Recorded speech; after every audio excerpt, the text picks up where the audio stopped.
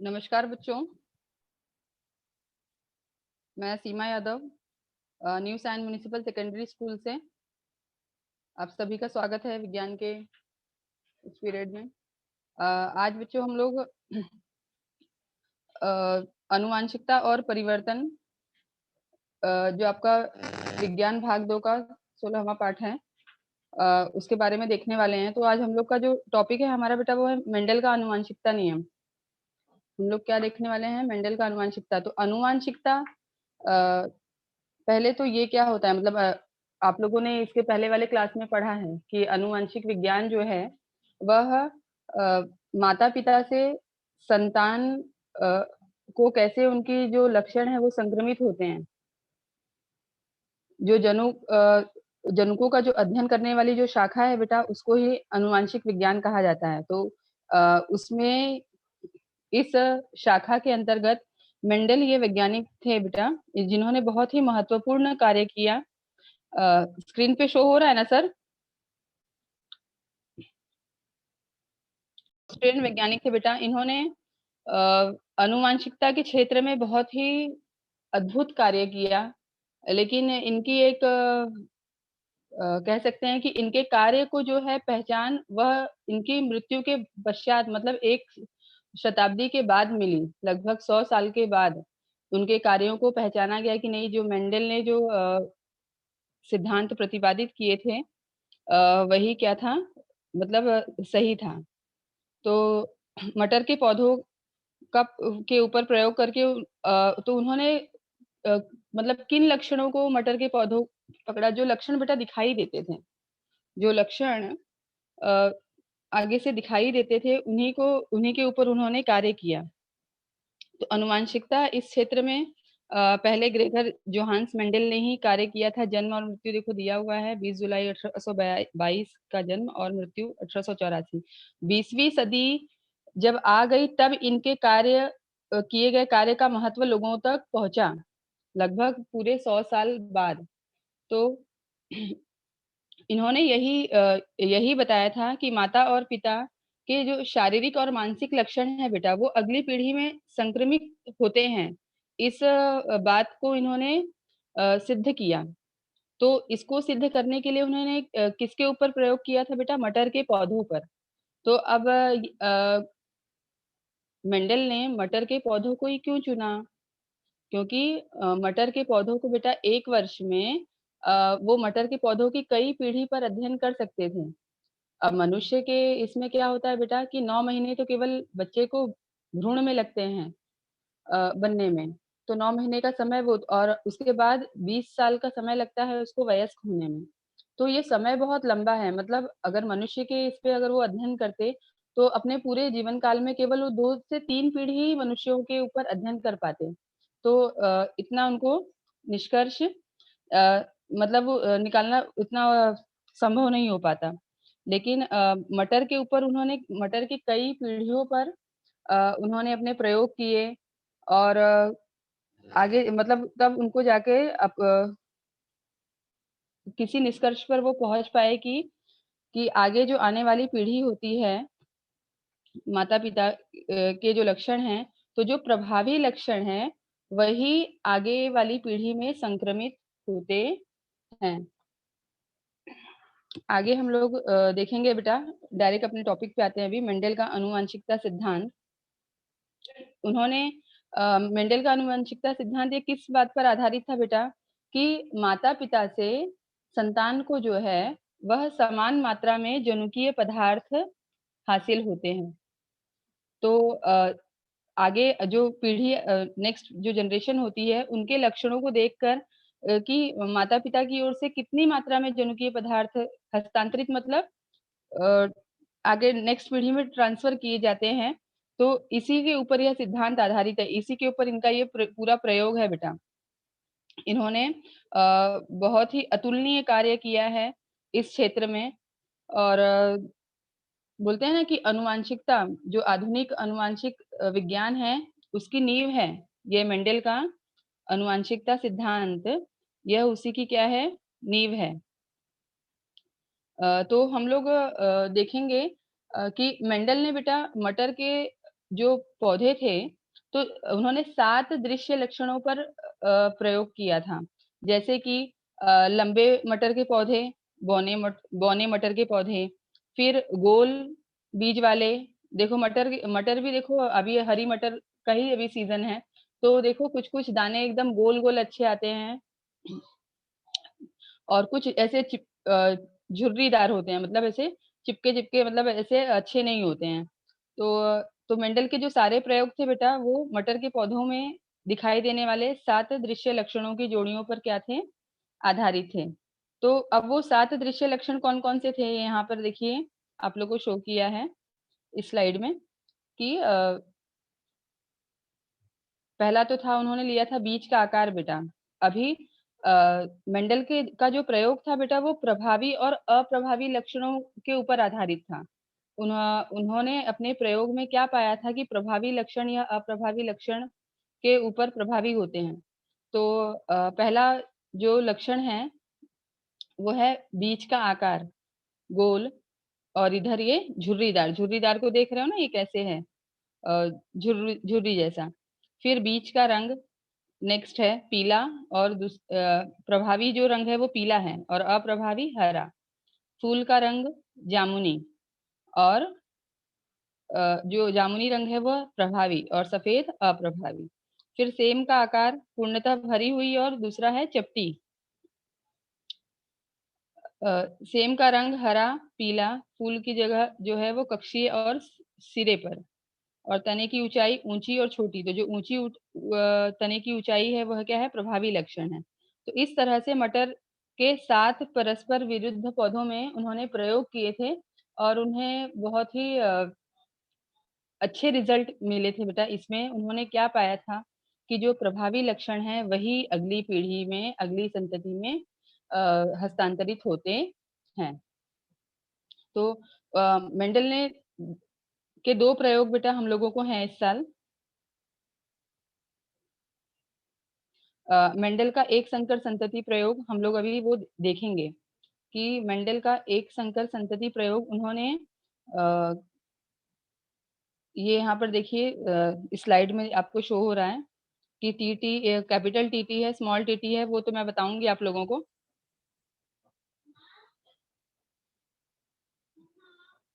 तो आगे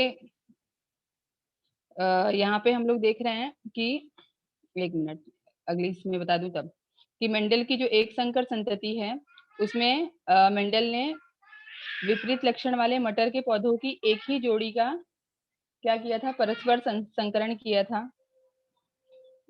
तो एक संकर के प्रयोग के लिए बेटा, एक संकर मतलब उन्होंने मटर की एक लक्षण की जोड़ी का चुनाव किया था।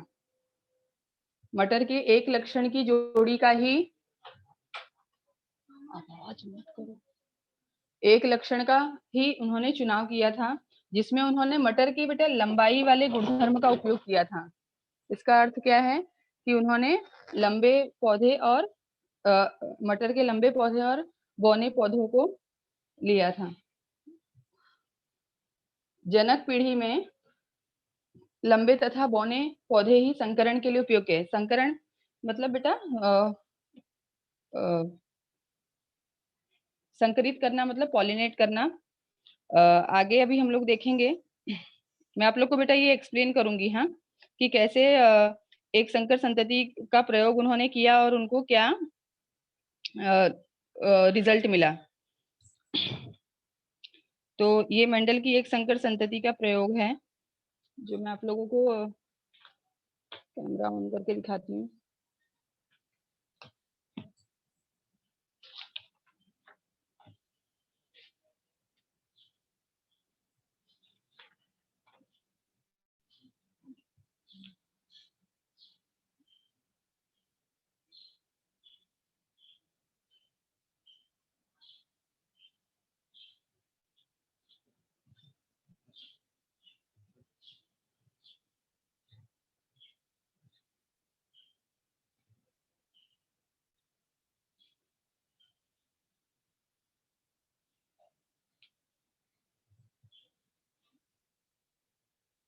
ये दिखाई दे रहा है ना सर?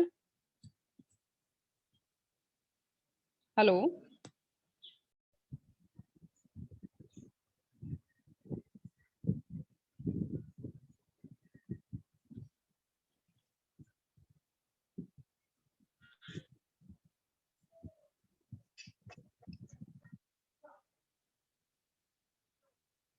स्क्रीन सर शेयर हो रहा है, मेरा दिख रहा है अभी भी? अभी आपका मतलब स्क्रीन शेयर हो रहा है, इसके लिए आपका कैमरा ऑन नहीं हो रहा है मैडम।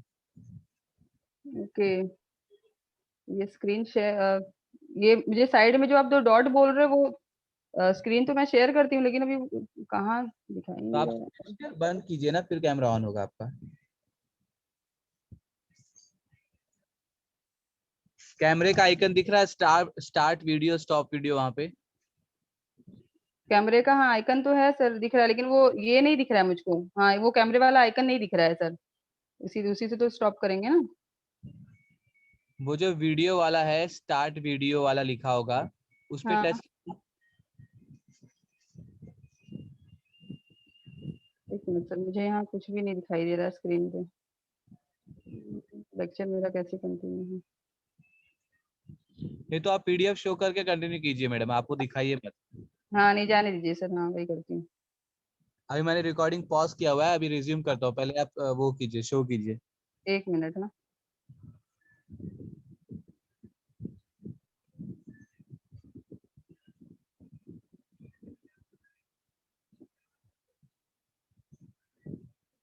एक मिनट सर, अभी मत करिएगा। हाँ अभी पॉज है। हम्म।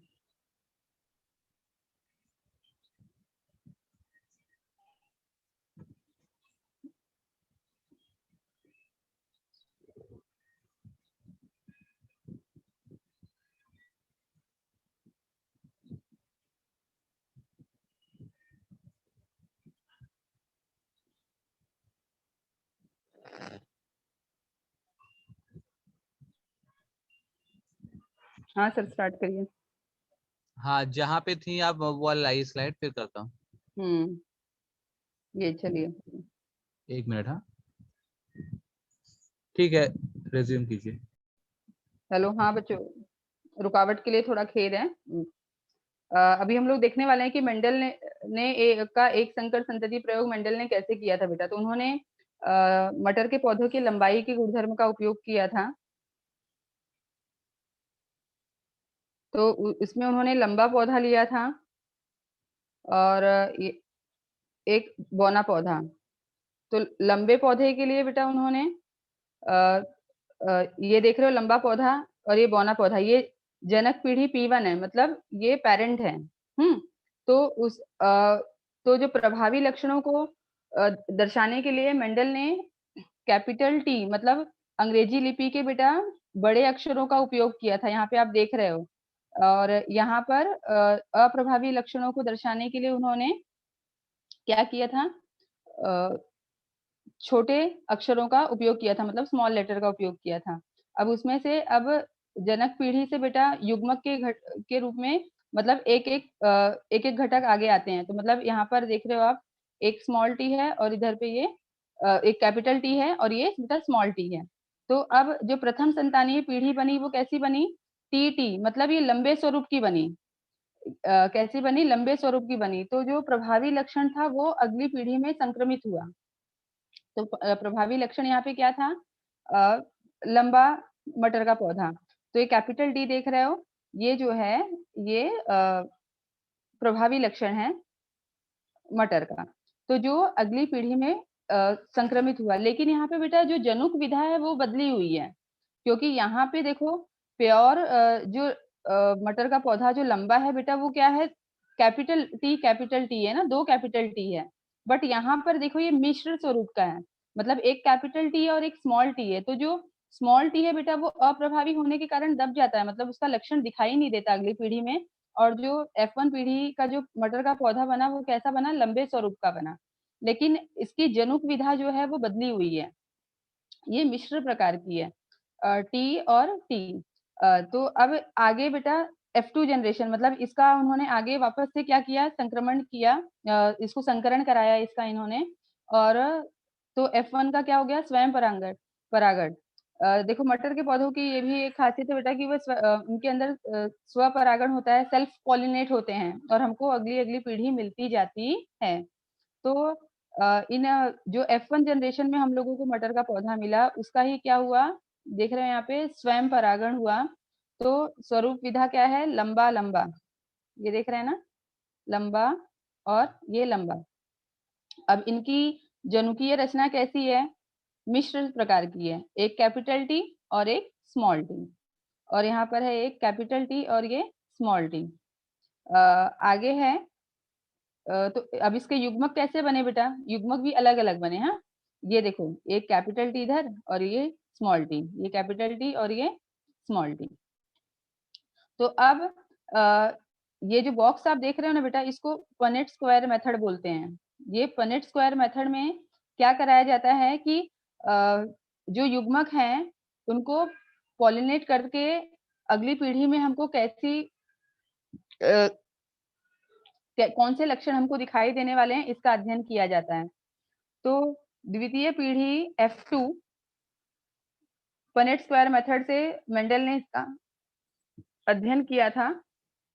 और ये देखो यहाँ पर ये नीचे देख रहे हो बेटा, ये स्त्री युग्मक है। ये क्या है? यहाँ पे ये स्त्री युग्मक लिखे गए हैं, कैपिटल टी स्मॉल टी, और ये इधर ऊपर की तरफ जो है ये क्या है? पुरुष युग्मक है,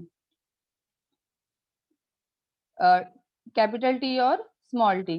तो अभी हम लोग देखेंगे कि बेटा ये कैसे आया। तो ये यहाँ पे देखिए, ये मल्टीप्लाइड किया हुआ है, ये टी जो है इससे संकरित हुआ है टी से, तो आपको क्या मिला यहाँ पे? कैपिटल टी जो अपना लंबे प्रकार का पौधा है। फिर ये टी बेटा इससे जाके क्रॉस हुआ है, तो टी और कैपिटल टी और स्मॉल टी, तो ये यहाँ पे बना। अभी स्त्री युग्मक का दूसरा घटक बेटा ये स्मॉल टी जो बौना है वो यहाँ पे जाके मिल रहा है, तो क्या बन रहा है? टी टी अगेन, मतलब कैपिटल टी और स्मॉल टी। आगे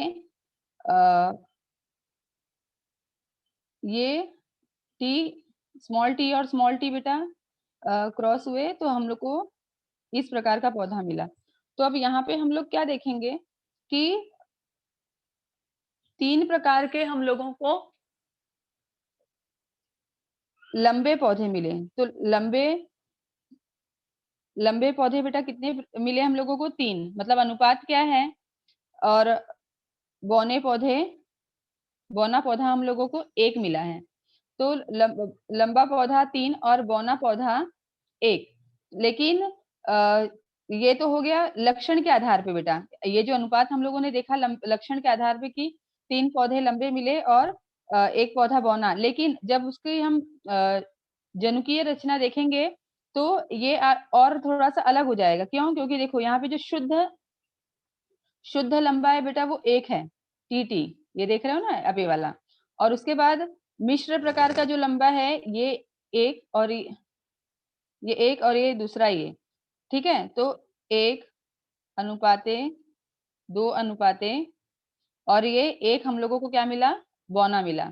तो 1 अनुपाते 2 अनुपाते 1, मतलब 3 मतलब जनुकीय जब अध्ययन करेंगे तो हम लोगों को ये अनुपात मिला कि 3 पौधे लंबे, लेकिन उसमें से 1 जो है वो शुद्ध लंबा था, 2 मिक्स प्रकार के लंबे थे और 1 जो है वो बौना था।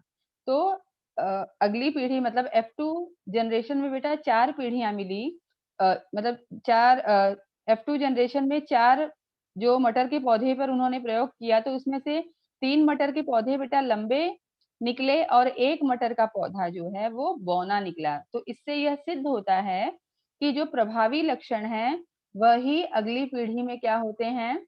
संक्रमित होते हैं। वही लक्षण अगली पीढ़ी में संक्रमित होते हैं। अब सर जो डाउट है बच्चों का वो लास्ट में लेना है, अभी उनको ये समझा है कि नहीं, कैसे समझ में आएगा?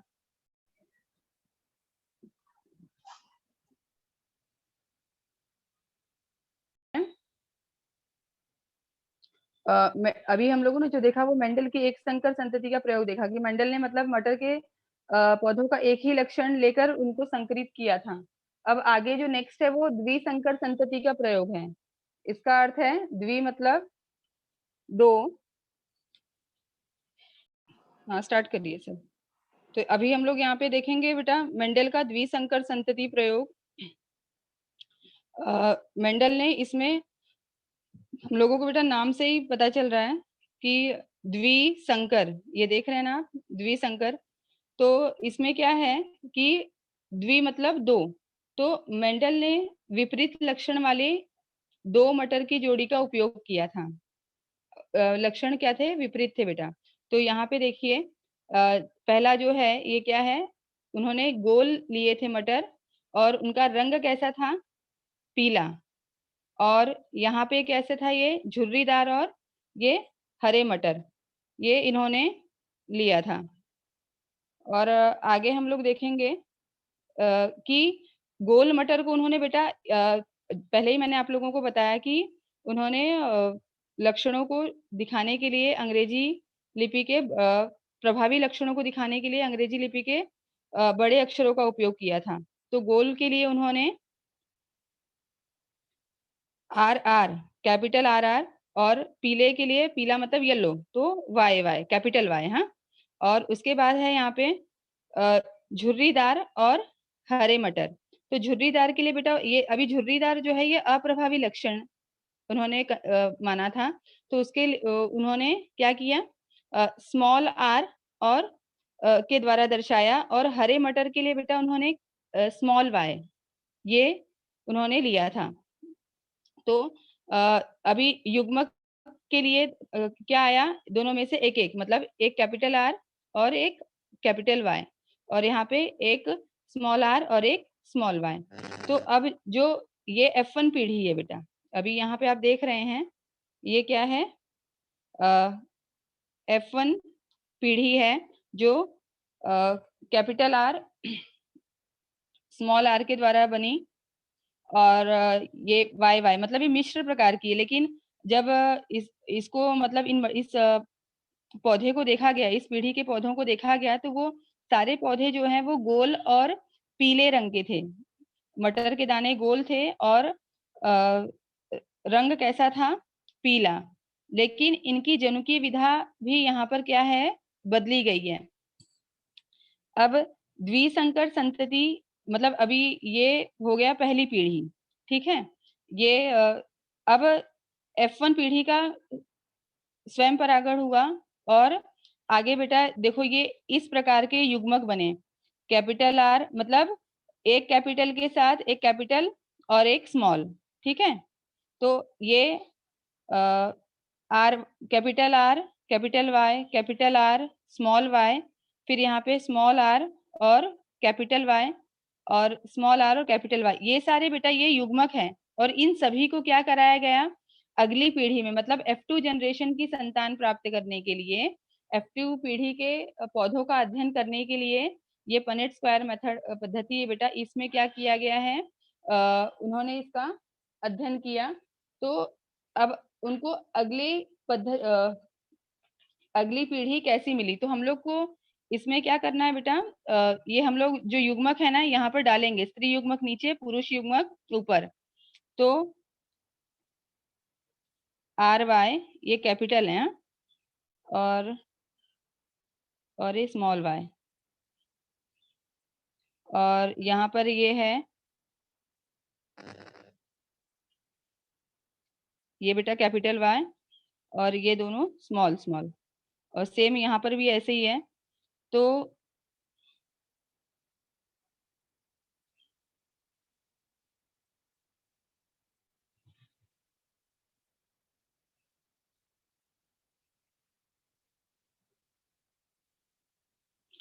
इस तरह से जो युग्मक थे बेटा F1 पीढ़ी के, इनको इसमें लिखा गया। और जैसे मैंने एक संकर संतति में आप लोगों को बताया था बेटा कि इसका इस तरह से इसको क्रॉस मल्टीप्लाइड करते हैं तो हम लोगों को इन बॉक्स में जो जनरेशन मिलेगी वो हम लोग लिखने वाले हैं। तो यहाँ पर मैं इस बॉक्स में तो बेटा मैं लिखूंगी तो नहीं आएगा, तो मैं लाइन से यहाँ पर लिखते जाती हूँ कि क्या क्या हम लोगों को मिलने वाला है। तो जो मिलेंगे बेटा, यहाँ पे आ गया ये पहला आर आर और कैपिटल वाई, ये इस बॉक्स में आएगा। फिर उसके बाद ये जो है मतलब हम लोगों को मिक्स प्रकार के ये मटर के पौधे मिलेंगे, RRYY। तो कुल 16 प्रकार के पौधे अगली पीढ़ी में मिलते हैं, और उसमें हम लोगों को 9 प्रकार के जो पौधे थे बेटा वो गोल और पीले रंग के मिले। 9 प्रकार के जो पौधे थे वो गोल और पीले रंग के मिले। फिर 3 प्रकार के पौधे गोल और हरे रंग के, 3 झुर्रीदार और पीले और 1 झुर्रीदार और हरा। मतलब इसकी जो स्वरूप विधा आएगी वो क्या होगी, इसका जो अनुपात आएगा F2 पीढ़ी में,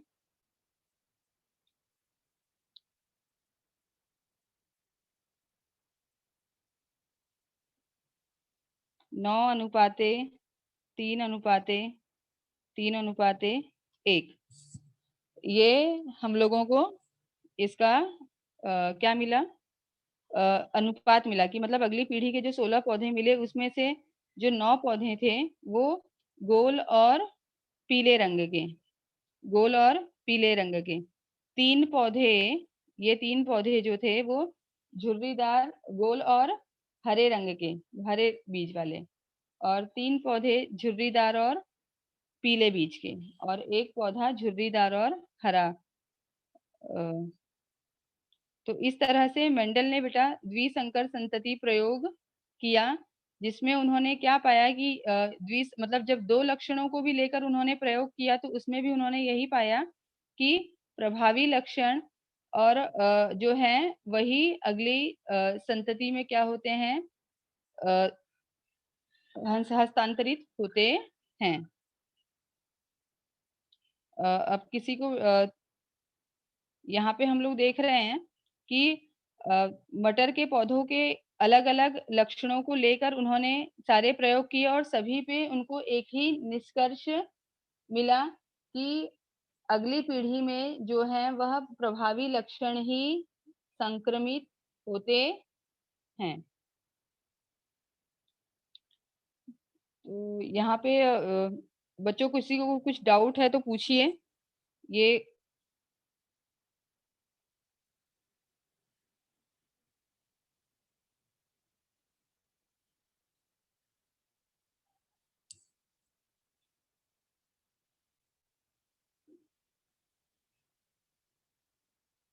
गुड मॉर्निंग टीचर।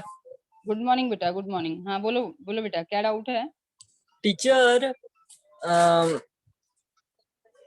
अभी आपने जिनका नाम लिया मेंडल, मेंडल हाँ साइंटिस्ट ने हाँ, मटर के ही ऊपर क्यों एक्सपेरिमेंट किया?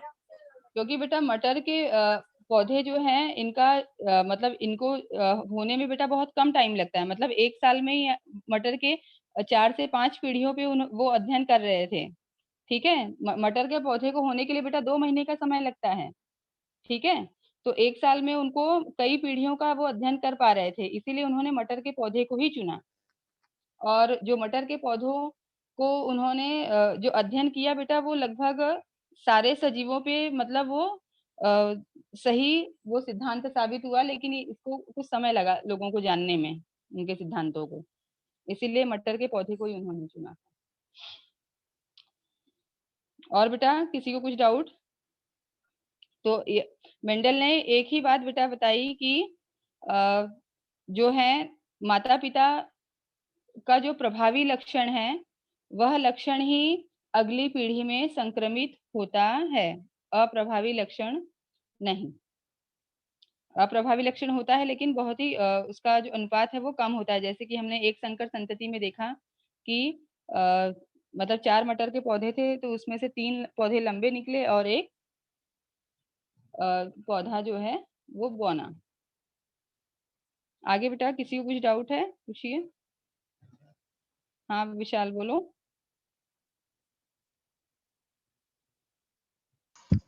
हेलो। हाँ, प्रभावी और अप्रभावी लक्षण मतलब? प्रभावी लक्षण मतलब बेटा जो दृश्य लक्षण होते हैं जो बाहर से दिखाई दें। जैसे कि अभी मटर के पौधों में ही ले लो कि गोल बीज वाले पौधे और झुर्रीदार, पीला रंग और हरा रंग, और मनुष्य में भी बेटा कुछ प्रभावी लक्षण होते हैं। आप लोगों को पता है जैसे कि मनुष्य में भी कुछ बेटा प्रभावी और अप्रभावी लक्षण है। जैसे कि एक तो बेटा कि मुड़ने वाली जीभ। देखो सबकी जीभ जो है देखो वो अंदर की तरफ नहीं मुड़ती है। और अप्रभावी जो लक्षण है वो है न मुड़ने वाली जीभ। तो जो मुड़ने वाली जीभ है बेटा यह लक्षण ही अगली पीढ़ी में संक्रमित होता है। ये मैं मनुष्य के बारे में बोल रही हूँ। अब तक हम लोगों ने जो देखा वो प्रभावी और अप्रभावी लक्षण बेटा वो मटर के पौधों के ऊपर देखा। मनुष्य में भी कुछ प्रभावी लक्षण और अप्रभावी विशेषताएं हैं। जैसे कि हाथों पर बाल का होना। हाथ पे देखो बेटा रोए होते हैं, तो जो हाथ पर रोए होते हैं, बाल होते हैं, वो प्रभावी लक्षण है। और जिनके हाथ पर बाल नहीं होते हैं, हाथ पर बालों का ना होना, वह क्या है? अप्रभावी लक्षण। काले घुंघराले बाल, यह मनुष्य में प्रभावी लक्षण है। और भूरे सीधे बाल क्या है? यह अप्रभावी। ललरी पता है बेटा? कान की ललरी देखो, जहां पर कान का देखो ये पहनते हैं मम्मी लोग। देखिए आपका तो जो कान की खुली ललरी है यह प्रभावी लक्षण है। ज्यादातर देखिए खुली ललरी ही देखा जाता है, कान से चिपकी हुई ललरी बहुत कम, क्योंकि यह अप्रभावी लक्षण है। तो अप्रभावी लक्षण वह अगली पीढ़ी में संक्रमित नहीं होते हैं। आगे बेटा और किसी को कुछ डाउट हो तो पूछिए। तो इसी तरह प्रभावी लक्षण वही है बेटा जो दृश्य लक्षण होते हैं, जो दिखाई देते हैं बाहर से, जो दिखाई देते हैं वो होते हैं प्रभावी लक्षण। अप्रभावी मतलब उसी का अपोजिट है। आगे बोलो बेटा।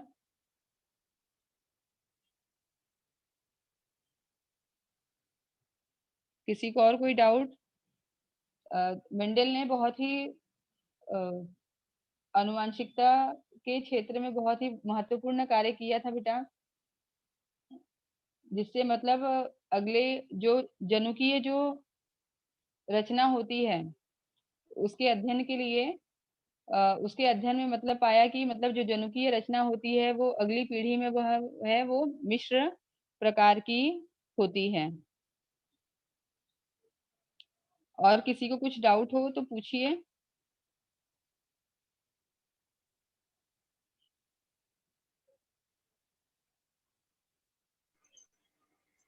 Hello teacher. हाँ बेटा बोलो। Morning teacher. यस यस बेटा, वेरी गुड मॉर्निंग। तो पेपर में क्या क्या आएगा? क्या पेपर में? पेपर में बेटा अभी आप लोगों को तो वर्कशीट दी जा रही है ना, तो और जो आप हाँ लोगों हाँ। और हाँ वर्कशीट बेटा आप लोगों को टाइम से वो कंप्लीट करके अपने रिस्पेक्टिव सब्जेक्ट टीचर को देना है। और अभी जो पढ़ाया जा रहा है यही सब आएगा आप लोगों हाँ, को पेपर में। हाँ लेसन नंबर 11 से जो पढ़ाया ओके जा टीचर। रहा है, हाँ 11 12 13 साइंस 1 में और आगे के साइंस 2 में। ठीक है टीचर मेंडल साइंटिस्ट ने इसकी खोज कौन से वर्ष में की थी? बेटा ये इन्होंने 18वीं शताब्दी में ही इसकी खोज की थी। 18वीं शताब्दी में ही इन्होंने इसका अध्ययन पूरा किया था।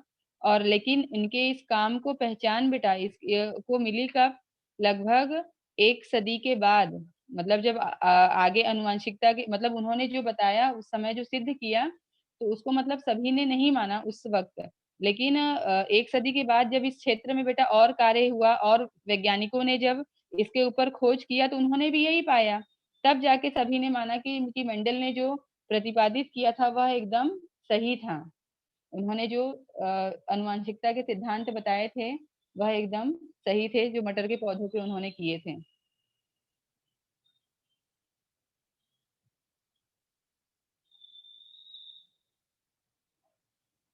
और कुछ बेटा?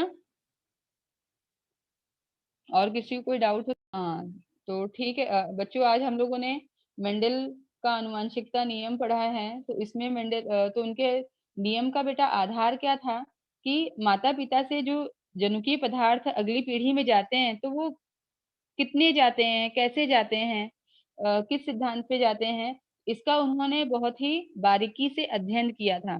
तो अपने इस नियम को प्रतिपादित करने के लिए बेटा उन्होंने मटर के पौधों का चुनाव किया था। तो मटर के पौधों में के जो दृश्य लक्षण थे उसके ऊपर उन्होंने ये प्रयोग किया था, जिसपे प्रभावी लक्षण और अप्रभावी लक्षण। तो जो प्रभावी लक्षण थे बेटा वो दृश्य लक्षण जिनको बोला जाता है कि जो बाहर से दिखाई देते हैं। तो जैसे कि मटर के पौधों के उन्होंने कौन-कौन से लक्षण लिए थे बेटा? जैसे कि बीज का आकार, बीज का रंग, फूल का रंग, सेम का आकार, सेम का रंग, ये सब कुछ उन्होंने लिया था। तो मेंडल ने पहले मटर के पौधों के एक लक्षण को लेकर उन्होंने प्रयोग किया। तो उसके लिए उन्होंने क्या किया था कि मटर के पौधों का उन्होंने लंबाई वाला गुणधर्म उपयोग किया था। तो उन्होंने लंबे मटर के पौधों को लिया और बौने मटर के पौधों को उन्होंने लिया था। और उसके बाद उन्होंने क्या देखा कि जो अगली पीढ़ी में जो आया था वो क्या था कि 1 मिनट मैं आप लोगों को बता रही हूँ कि अगली पीढ़ी के जो मटर के पौधे थे वो बेटा क्या थे? सारे लंबे प्रकार के थे। सारे कैसे थे? लंबे थे। और लेकिन उनकी जो जनुकीय विधा थी वो कैसी थी? बदली हुई थी। तो यहाँ पर देखिए लक्षण जो अनुपात देख रहे हैं आप, 3 पौधे जो हैं वो लंबे निकले थे और 1 पौधा बौना। और जीन का अनुपात जो जनुकीय अनुपात था वो क्या था? 1:2:1 मतलब 1 पौधा शुद्ध लंबा और 2 पौधे मिश्र प्रकार के लंबे थे और 1 पौधा शुद्ध बौना। तो इस तरह से मेंडल ने अपना एक संकर संतति प्रयोग किया था और द्विसंकर में मेंडल ने क्या किया था कि उन्होंने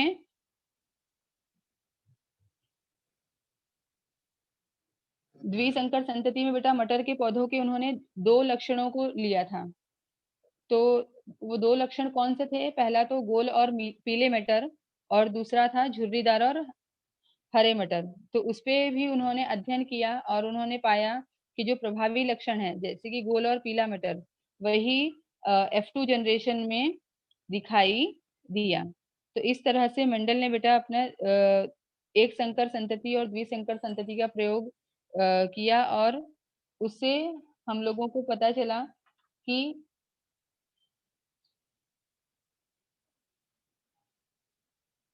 लक्षणों का संक्रमण कैसे होता है अगली पीढ़ी में। और जो जनुकीय अनुपात होता है, जो जनुकीय विधा होती है वो क्या होती है? मिश्र प्रकार की बदली हुई होती है। तो जब ये अध्ययन किया गया तब इस बात का पता लगा। इस तरह से मेंडल ने बेटा आनुवंशिकता का सिद्धांत प्रतिपादित किया था।